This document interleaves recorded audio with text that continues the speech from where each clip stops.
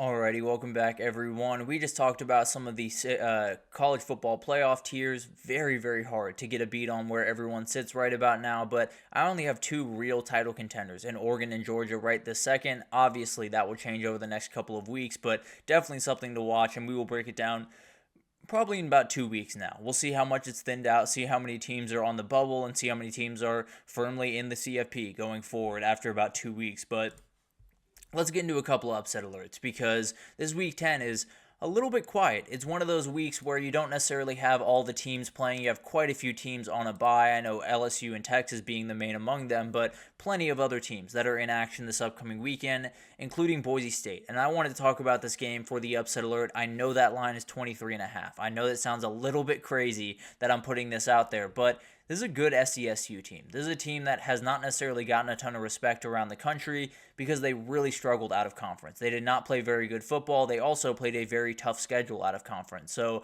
I'm not necessarily going to take anything away from them. I think they have the ability to come into this game with a little bit of a chip on their shoulder, coming off a team coming off on the other side, a huge win, a very emotional win, one where they got beat up just a little bit by UNLV. Could it be a little bit of a sluggish start and maybe SDSU gets this one done? Now, the SDSU defense has been able to slow this or a very potent running attack in Washington State. They were able to slow it down last week. 40 carries, 114 yards, 2.9 yards per carry, and only a long of 22. If that's what you're getting against Boise State, that's about as good as you can possibly do. Frankly, it's incredibly hard to stop Ashton Jeanty. It'll be much harder than it was to stop that Washington State attack. But that being said, we have seen that San Diego State can get this done. We have seen that they have the ability to sell out and stop the run and then live with what happens on the back end. That's probably the way that they're going to approach this game. For this to happen, they also need to find the run game. They have not been able to really do that this year. So they have to be able to kind of manufacture that one way or the other if they're going to be able to get this one done, because giving the ball to Ashton Jeanty as many times as he wants it is never going to be a way that you're going to win a game. And then you got to get some turnovers. You got to get a slow start from Boise State. This is one that it's more about, could Boise State hand SDSU this game by not necessarily running the ball all that well, by giving the ball away a couple of times, by allowing the San Diego State running attack to get going. I don't necessarily think it's about can SDSU just go out there and straight up win the game. So I'm going to lean towards this is not necessarily going to happen. Probably a 1 out of 5, maybe a 2 out of 5 on the upset scale. I think it's one worth watching on that Friday night. Obviously worth watching whenever Jeanty's on the field, but at the end of the day, against a team that is a little bit more stout up front, it's definitely worth your time on a Friday night. But then we'll get into Duke-Miami, because Miami finds themselves right back on the upset alert segment, and this is a very interesting one, because this is a Duke team that is in no way cool, in no way sexy, in no way awesome. They do not necessarily score a ton of points. They win some very, very ugly games early on in the season and have started to skid. So it's not necessarily like I'm sitting here saying Duke has the ability to go punch for punch with Miami. They're going to need a couple of things to happen, but this Miami team is coming off a game where they were able to run the ball, where they were able to get that comfortable win that they have been looking for quite some time. Thing is, this Duke run defense is very, very good. They have every ability to kind of slow down that part of what Miami is. And then in the back end, they have the ability to slow down the passing attack. Obviously, it's going to be a lot harder than some of the passing attacks they've faced coming forward, but they're giving up a little under 200 yards per game through the air, 9 picks, and they're coming off a game where they forced 6 turnovers against SMU. Obviously, you got to turn those turnovers into points, but at the end of the day, if you're able to get a couple of mistakes from Cam Ward, this thing could get really interesting. And also for Miami, just because you got that big win last week doesn't mean some of the issues are fixed. Doesn't mean you're not going to have to rely on Cam Ward to be a superhero against some of these more stout defensive teams. It'll be interesting to watch. I think this game could get ugly. I think this game could get a little bit kind of just the way Duke wants it, which is ugly, nasty, and kind of down to the wire in terms of they run the football, they find a way to keep the ball out of Cam Ward's hands. Thing is, Miami's just got way too much talent. They're going to be able to run deep. They're going to be able to make a couple of plays. And this Duke team, I think, is just going to be reeling from that weird 5-0 start that we saw. So maybe a 2 out of 5. I think Duke has the toughness to stay in this game, but I don't think Miami's really in too much danger to lose this one this upcoming weekend. But Moving forward to Kansas State, Houston, this one's going to be fascinating. It's going to be really, really interesting to watch this one unfold. I apologize. The line is wrong there. I didn't adjust that one, but it's Kansas State minus 13.5. Not 23.5, obviously, but this is a very interesting game. Kansas State was barely got out of a game against Kansas this past weekend. It was very, very ugly. And then you look at Houston, they're going to have to be able to defend the run. They're kind of middle of the road right now, sitting at 52nd in the country, giving up about 140 yards per game. And that's one of those things where you haven't faced the Kansas State running attack. So you're probably going to give up more than 140 yards in this game. But at the end of the day, I think Kansas State playing on the road is a little bit tough here. I think if they were able to kind of stay at home, be able to get their minds right, get ready for this game, they'd be in a much better position. But this is a Houston team coming off a huge win over Utah. Could it be that they're just a little bit more hyped up? They're at home. They have the ability to lean on that just a little bit, and maybe they make some plays here. It's a team that I don't necessarily love all that much, but it's going to be really, really interesting. The thing about this is, as much as I think Houston has the ability to sneak in, as much as I think Willie Fritz has the ability to confuse this defense just enough, and this offense could get bogged down just a little bit by Houston, I also think Kansas State has their back up against the wall. I think they understand they have to get to that Iowa State matchup with only one loss on their schedule. I think the energy dynamics are interesting with Kansas State just barely getting out of a Kansas game, Houston coming off a huge win, but I don't necessarily think this one's a huge one. I think probably a 2 out of 5, definitely one worth watching, but if Kansas State doesn't make a ton of mistakes, they should be able to win this game.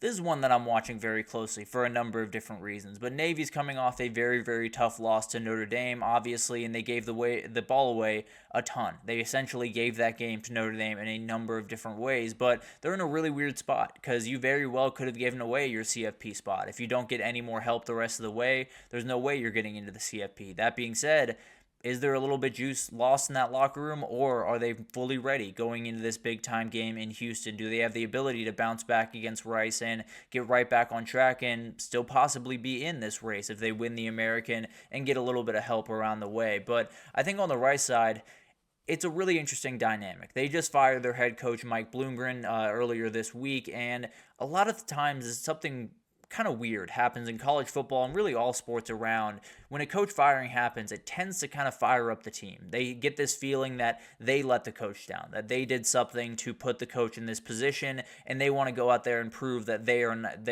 are capable. They want to prove that they can, rise to the challenge that they hadn't been for the first part of that coach's tenure. So maybe that's what happens here. Maybe Rice has the ability to kind of get after them and kind of create problems just from an energy perspective, because Navy's coming off a game that likely knocked them out of the CFP race. Rice is coming off a game where they got their coach fired. Maybe there's a little bit of juice in that locker room to prove everyone wrong. Now, the issue with this is Rice cannot stop the run. They are 95th in the country. They give up 177 yards per game, and it's almost definitely going to be more than 177 yards per game in this one. I think this one's really fun to think about. I do think there could be a little bit of a bounce back from Rice, and this one could be tied or even there in the lead at halftime possibly. But I think Navy gets this one done. I'm going to say a 3 out of 5 on the upset meter. I think it's a very interesting one to watch, but I don't necessarily think, unless Rice finds just incredible plays the same way Notre Dame did, that they're going to be able to get this one done. And then we got this one. Texas Tech, Iowa State is a very, very interesting one. Frankly, that Kansas State game, they're going to be watching this one fairly closely because this is a funny game. Texas Tech has pretty much been knocked out of the Big 12 contention with their last 2 losses, and now they're in a kind of weird spot moving forward. For Iowa State, full steam ahead to the Big 12 title, and it does look like Texas Tech is going to go back to Baron Morton as the starter, so definitely something to watch there. Will Hammond played some good football, but is a young player. Going up against this defense would be a lot for him. Definitely will be something to watch, but for me, the quarterbacks have very little to do with this. If they're going to be able to get this one, if Texas Tech is able to get this win, it's going to be Taj Brooks leading the way. It's going to be him dominating on the ground. Iowa State not being able to have an answer because they gave up over 300 yards to UCF a couple of weeks ago on the ground. Obviously, Texas Tech doesn't have that Ja'Cory Brown type that can make you hurt with his legs, but absolutely has the ability to run the football, absolutely can get after you, so maybe that's what happens. If Iowa State is not elite at stopping the run, if they're very good at stopping the pass, so you know what Texas Tech's going to do, or is Iowa State able to just put more guys in the box, stop the run that way, and be able to slow this one down? I think this one's going to get interesting. We saw what UCF was capable of doing to Iowa State when they were able to run the ball, keep the ball out of the hands of the Iowa State offense. I think that's exactly what Texas Tech can do here. I think this one's a little bit sketchy. I like Iowa State, but I like them very, very close in this one. And we'll probably break down a couple of these games tomorrow, so be on the lookout for that. Do that in just a little bit more depth. But let's get into Ole Miss, Arkansas, because this is a fascinating game. Arkansas is one of the most dangerous teams in the country. I feel like I've said that a million times at this point. But Taylor Green is a very, very special athlete, especially at quarterback. There's very few in the country that are more special than him at that position. And then you have Ole Miss coming off a win. They need a win. They need to win the rest of the way. They have to be able to go on the road, get this win, then go back home and play a really tough UGA team. If they're able to get those two, then they're off to the races and things get really interesting again. But Arkansas is a very tough team. We saw them against Tennessee. Ole Miss has struggled with very physical, very tough teams at the point of attack. Are they going to be able to handle this one? I think Arkansas could make this one sketchy. It's very, very bad. I think this one is very much a dangerous spot for Ole Miss. I think this is a 5 out of 5 on the upset meter because I think Arkansas could very well get this one done. We will break it down tomorrow. I'm still kind of making my pick for that one, but we'll break it down in a little bit more detail tomorrow. But this one's going to get interesting. I can almost promise you that. So upset alerts are going to be around, no doubt about that. And we'll talk about that actually in the next segment here.